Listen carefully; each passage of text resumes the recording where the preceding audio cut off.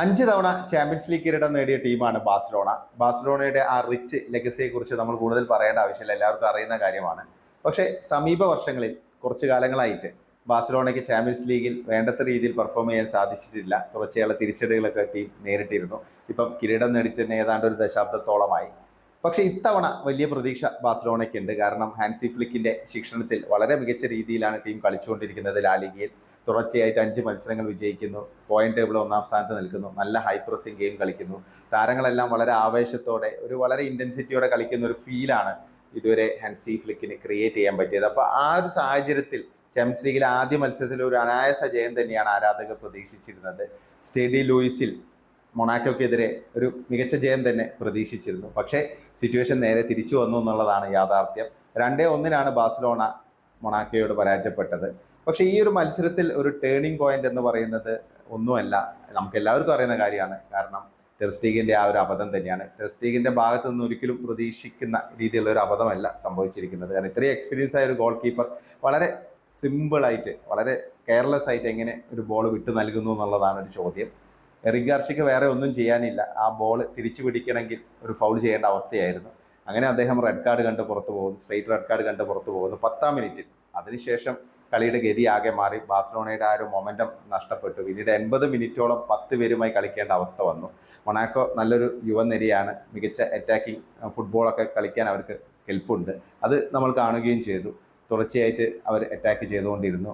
ഏതാണ്ട് 18 ഷോട്ടുകളും 8 on target ഷോട്ടുകളുമാണ് Monaco ഉതിർത്തത്. ബാഴ്സലോണയ്ക്ക് വെറും 4 ഷോട്ടുകൾ മാത്രമാണ് അടിക്കാൻ സാധിച്ചത്. പിന്നെ ആ ഒരു ഓൺ ടാർഗറ്റിലേക്ക് വന്ന ഏക ഷോട്ട് ലെമിനെ യമാലിന്റെ ഗോളായിരുന്നു. ഈ ഒരു തോൽവിയിലും ലെമിനെ യമാലിന്റെ പെർഫോമൻസ് തന്നെയാണ് ഹൈലൈറ്റ് ആയിട്ട് നിൽക്കുന്നത്. കാരണം ലെമിനെ യമാൽ അത്രയും കൺസിസ്റ്റന്റ് ആയിട്ട് കളിച്ചുകൊണ്ടിരിക്കുക. 17-കാരനായ ഒരു പ്രതിഭയുടെ ഇന്നലെ നേടിയ ഒരു ഗോൾ വളരെ ഔട്ട്സ്റ്റാൻഡിംഗ് ആയിട്ടുള്ള ഒരു ഗോളായിരുന്നു. ബോക്സിന് തൊട്ട് പുറത്ത് നിന്നുള്ള ഒരു മനോഹരമായ ഒരു ഫിനിഷ്. പലപ്പോഴും ലയണൽ മെസ്സിയെ അനുസ്മരിപ്പിക്കുന്ന രീതിയിലുള്ള ആ ഒരു ഗോളുകളൊക്കെ ലെമിനെ യമാലിന്റെ ഭാഗത്ത് നിന്ന് വരുന്നു എന്നുള്ളത് തന്നെയാണ് ഒരു വിലയിരുത്തൽ. എന്തായാലും ബാഴ്സലോണയെ സംബന്ധിച്ച് പറയുകയാണെങ്കിൽ ബാഴ്സലോണയുടെ ആ ഒരു മൊമെന്റം നഷ്ടപ്പെട്ടു എന്നുള്ളതാണ്. കാരണം ഇനിയും ചാമ്പ്യൻസ് ലീഗിൽ വമ്പൻ മത്സരങ്ങളൊക്കെയാണ് ബാഴ്സലോണയെ കാത്തിരിക്കുന്നത്. അതിപ്പം ഹാൻസി ഫ്ലിക്ക് തന്നെ പറഞ്ഞു, 7 മത്സരങ്ങൾ ഇനിയും ബാക്കിയുണ്ട്, അതുകൊണ്ട് ഒന്നും അവസാനിച്ചിട്ടില്ല, കാരണം ഇനിയും സാധ്യതകളുണ്ട്. പക്ഷെ അങ്ങനെയാണെങ്കിലും ഇനി വരാൻ പോകുന്ന ടീമുകളൊന്നും അത്ര ദുർബലമായ ടീമുകളല്ല. ബയൺ മ്യൂണിക് ആണ് ഒന്ന്, പിന്നെ ബൊറൂസിയ ഡോർട്ട്മുണ്ട് ഉണ്ട്, പിന്നെ അറ്റലാന്റയുണ്ട്, അതുകൂടാതെ ബെൻഫിക്കയുണ്ട്. ബെൻഫിക്കയൊക്കെ നല്ല രീതിയിലാണ് ഇപ്പോൾ കളിച്ചുകൊണ്ടിരിക്കുന്നത്. അതുകൊണ്ട് തന്നെ ബാഴ്സലോണയ്ക്ക് കാര്യങ്ങൾ എളുപ്പമല്ല. എത്രയും വേഗം അവർക്ക് ആ ഒരു മൊമെന്റം തിരിച്ചു പിടിക്കേണ്ടതുണ്ട്. ഇപ്പം നെക്സ്റ്റ് ഞായറാഴ്ച, ഈ വരുന്ന ഞായറാഴ്ച ലാലിഗയിൽ വിയാറയലിനെതിരെയാണ് മത്സരം. അത്യാവശ്യം നല്ല എതിരാളികളാണ്, ഒരു ടഫ് ഒപ്പോണൻസ് ആണ്. അപ്പോൾ അതുകൊണ്ട് തന്നെ ആ ഒരു ടാൻഡം നിലനിർത്തി മുന്നോട്ട് പോകേണ്ട ആവശ്യം ബാഴ്സലോണയ്ക്ക് ഉണ്ട്. പ്രത്യേകിച്ച് ലാലിഗയിലെ ആ ഒരു ഡൊമിനേറ്റ് ചെയ്ത് നിൽക്കുന്ന സിറ്റുവേഷൻ നഷ്ടപ്പെട്ട് കഴിഞ്ഞാൽ കാര്യങ്ങൾ തിരിച്ചടിയാവും. പിന്നെ ബാഴ്സലോണയ്ക്ക് ഒരുപാട് പ്രശ്നങ്ങളുണ്ടായിരുന്നു. ആ പ്രശ്നങ്ങൾ നമുക്ക് തീർത്തും നമ്മൾ വിസ്മരിച്ചിട്ട് കാര്യമില്ല. കാരണം അവരുടെ താരങ്ങളുടെ പരിക്കാണ്, നിരവധി താരങ്ങൾ പരിക്കിന്റെ പിടിയിലാണ്. പിന്നെ അത്യാവശ്യം സമീപ മത്സരങ്ങളൊക്കെ കളിച്ചിരുന്ന ചില താരങ്ങൾക്കും പരിക്കേറ്റു. ഇപ്പോൾ ഡാനി ഓൾമോ ആണെങ്കിലും ബെർണാൽ ആണെങ്കിലും. മുമ്പാണെങ്കിൽ കുറച്ച് കാലങ്ങളായിട്ട് ഇപ്പോൾ ടീമിന് പുറത്ത് നിൽക്കുന്ന ഒരുപാട് താരങ്ങളുണ്ട്. ഫ്രാങ്കി ഡിയോങ് ആണെങ്കിലും അറാഹോ, ഗാവി.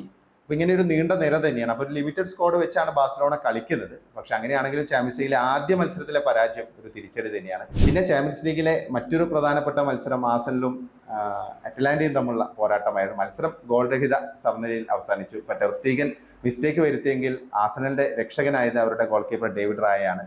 ഡേവിഡ് റായയുടെ ആ ഒരു പെനാൽറ്റി സേവ് ചെയ്തതാണ് ആസനലിനെ രക്ഷിച്ചത്. അല്ലെങ്കിൽ ഒരു പരാജയത്തിലേക്ക് പോകുമായിരുന്നു. ഒരു മനോഹരമായ സേവാണ്, തകർപ്പൻ സേവ്, ഡബിൾ സേവ് എന്ന് പറയാം. ആദ്യം ഇപ്പോൾ റെറ്റയ്ക്ക് എടുത്ത ആ ഒരു പെനാൽറ്റി കിക്ക് ആദ്യം റൈറ്റ് സൈഡിലേക്ക് ഡൈവ് ചെയ്ത് സേവ് ചെയ്യുന്നു.